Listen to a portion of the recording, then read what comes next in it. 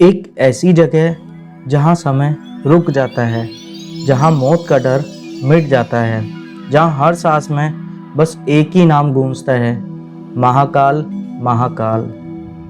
लेकिन ये मंदिर आखिर बना कैसे? धरती के गर्भ से खुद प्रकट हुआ ये शिवलिंग कौन सा रहस्य छिपाए हुए है? क्यों इस जगह की शक्ति आज तक विज्ञान को चुनौती देती है? और वो कौन सी गाथाएं हैं जिन्हें सुनकर रोंगटे खड़े हो जाते हैं?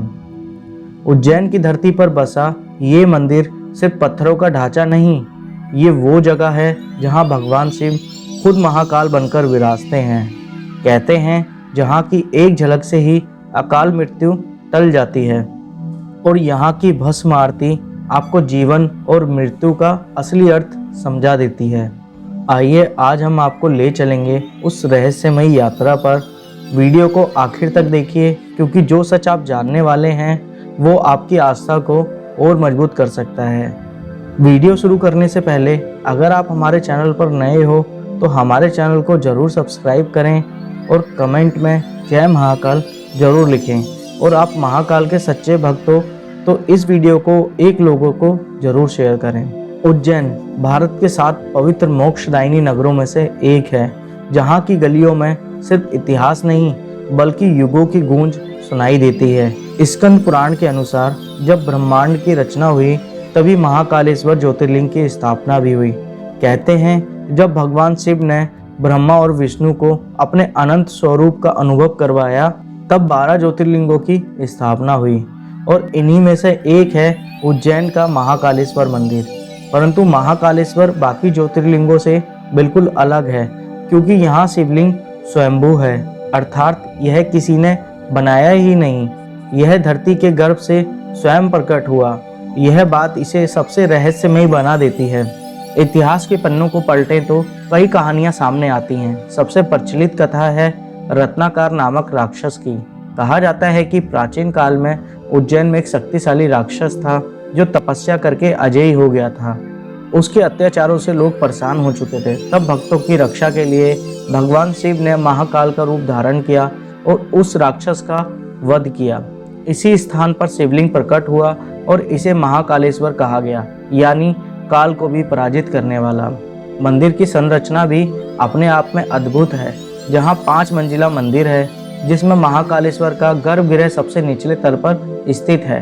आप सोच सकते हैं सामान्यतः मंदिर का गर्भगृह ऊपरी हिस्से में होता है, लेकिन यहाँ सबसे नीचे क्यों?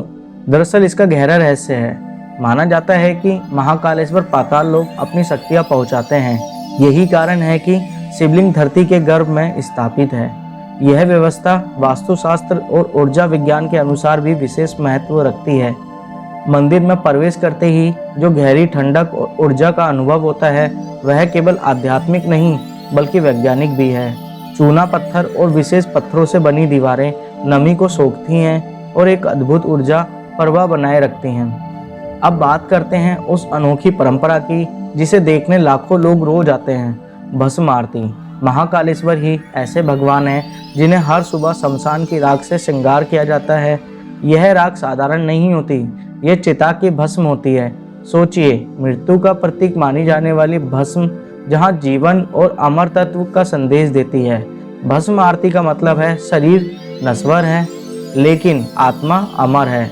इस आरती के समय मंदिर में जो भी अलौकिक वातावरण बनता है उसे शब्दों में बयां करना मुश्किल है।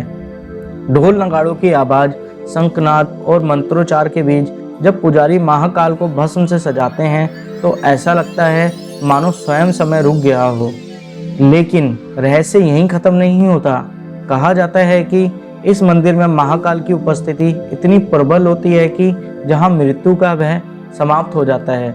मान्यता है कि जो भी यहाँ सच्चे मन से पूजा करता है उसे अकाल मृत्यु का सामना नहीं करना पड़ता। यही कारण है कि उज्जैन को मृत्युंजय भूमि भी कहा जाता है। यहाँ की शक्ति का अंदाजा इस बात से लगाया जा सकता है कि उज्जैन में काल भैरव की पूजा के बिना महाकालेश्वर के दर्शन अधूरे माने जाते हैं। काल भैरव की पूजा का अर्थ है समय और मृत्यु को साधना। अब सवाल यह उठता है कि क्या ये सब सिर्फ एक आस्था है या इसमें कोई वैज्ञानिक आधार भी है? आधुनिक शोध बताते हैं कि मंदिर का भूगोल और इसकी संरचना अद्भुत तरीके से ब्रह्मांडीय ऊर्जा से जुड़ी हुई है। उज्जैन की पृथ्वी को प्राइम मेरिडियन कहा जाता है, यानी यह स्थान शून्य रेखा पर स्थापित है। यही कारण है कि ऊर्जा प्रवाह बाकी स्थानों से अलग है। मंदिर का गर्भगृह धरती की प्राकृतिक चुंबकीय शक्तियों को खींचता है। यही ऊर्जा भक्तों को मानसिक शांति और आध्यात्मिक उन्नति प्रदान करती है। इतिहास में कई आक्रमणों के बावजूद यह मंदिर आज भी अडिग खड़ा है। महमूद गजनी, शेरशाह सूरी और औरंगजेब जैसे शासकों ने इस मंदिर को तोड़ने की कोशिश की, लेकिन हर बार यहाँ की आस्था ने इसे पुनर्जीवित किया। कहते हैं औरंगजेब ने जब मंदिर को तोड़ने की कोशिश की तो कई अद्भुत घटनाएं घटी, जैसे सैनिकों का अचानक बीमार पड़ना या उनके हथियारों का अपने आप नष्ट होना। ये कथाएं सुनकर लगता है कि महाकाल आज भी अपने भक्तों की रक्षा करते हैं। आज महाकालेश्वर मंदिर केवल एक धार्मिक स्थान नहीं, बल्कि भारत की संस्कृति और आस्था का जीवंत प्रतीक है। यहाँ हर साल लाखों श्रद्धालु आते हैं, विशेषकर श्रावण मास और महाशिवरात्रि के समय, जब पूरा मंदिर हर हर महादेव के जयकारों से गूंजता है तो लगता है जैसे स्वयं शिव यहाँ विराजमान होकर अपने भक्तों को आशीर्वाद दे रहे हैं। दोस्तों, महाकालेश्वर मंदिर का रहस्य सिर्फ इसकी कहानियों में नहीं, बल्कि उस अद्भुत शक्ति में छिपा है जिसे हम महसूस तो कर सकते हैं पर शब्दों में बयां नहीं कर सकते।